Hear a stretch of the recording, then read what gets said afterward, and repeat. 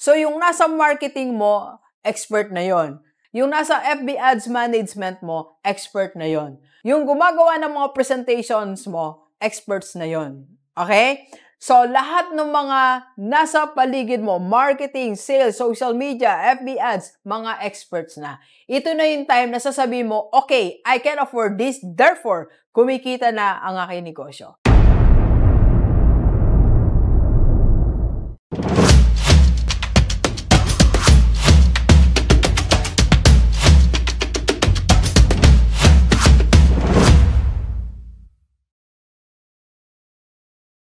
Okay, Gilibers, paano nga ba natin malalaman na nagtatagumpay na ang negosyo mo? Pag-usapan natin? Let's go! Let's go! According to Cody Sanchez, meron daw pong 3 stages ang pagninegosyo. Okay? So, first stage, ito yung stage na ikaw lahat gumagawa. Di ba? Na-experience natin yan.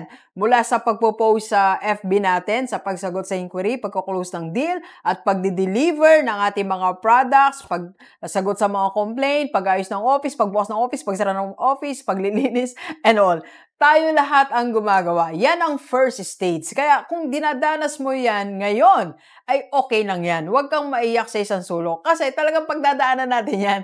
Lahat ng nagnegosyo, even Elon Musk, na-experience niya lahat ng yan. So, tayong lahat na-experience natin yan. Okay? And second stage ng ating business, yung pagiging generalist natin. So, anong ibig sabihin yan? Ito po yung unti-unti, nag-hire na tayo ng empleyado natin. Tama, di ba? Nag-hire ka ng 1, nag-hire ka ng 2, nag-hire ka ng 3. Pero, yung ina-hire natin ay tinatawag natin generalist. Kasi yan po ang afford natin. Okay? Hindi pa natin afford ang mga experts. So, yung ina-hire natin, yung natutunan lang yung bagay na yan. So, for example, marketing. We cannot hire an expert sa marketing kasi wala pa tayong pambayad. So, nag-hire tayo ng empleyado na tinitrain natin sa marketing. Tama po, no? Alright? So, nag-hire tayo ng taong hindi pa expert sa sales. Tinitrain natin kung paano magbenta. Okay? Ayun, tinatawag na generalist. And third, pero bago yan, magkape muna tayo, okay? Kape muna tayo. And of course, we are inviting you to attend our free webinar. Meron po tayong free webinar. Everyday po yan. On how to save and invest the right way ng ating income sa business natin. Alam nyo, sa business po natin, dapat 50% lang binabalik natin and a certain percentage in-invest din natin. Okay? And of course, if you need coach para sa iyong business, I can do online or face-to-face. PM lang sa personal FB ni Doc. Okay? So, third stage po ng ating pagninegosyo. Ito na yung tinatawag natin yung specialist. Ito na yung kaya na nating mag-hire ng expert. Specialist na. So, yung nasa marketing mo, expert na yon. Yung nasa FB Ads management mo, expert na yon. Yung gumagawa ng mga presentations mo, experts na yon. Okay? So, lahat ng mga nasa paligid mo, marketing, sales, social media, FB Ads, mga experts na. Ito na yung time na sasabihin mo, okay, I can afford this, therefore, kumikita na ang aking negosyo.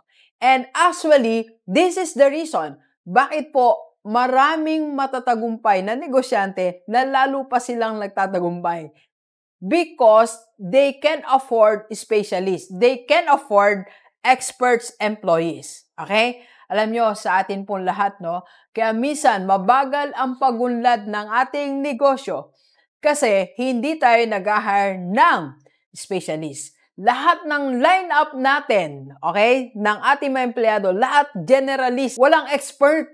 So, chances are, na-spend mo ang time mo sa pagtuturo. So, sila din, nahihirapan din ng mga empleyado natin.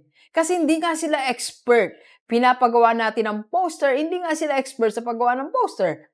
Pinag-edit natin ng video, hindi nga sila expert doon. So, inaaral pa nila. So, tumatagal, nadidelay ang success ng business natin. Okay? And worse, okay? Tayo pa rin ang gumagawa hanggang ngayon. After many years, ayaw mong mag-hire. Ikaw pa rin nagbe-bake ng cake. Ikaw pa rin namamalengke. Ikaw pa rin nagpo-post sa social media nyo. Ikaw pa rin yung sumasagot sa mga inquiries. So, pagod ka na, di ba? So, hindi na umunlad ang negosyo mo. Alright? So, kailan natin masasabi na umuunlad na ang ating negosyo? Tinan mo ang iyong empleyado. Meron na ba diyang kahit 1 o 2 specialist?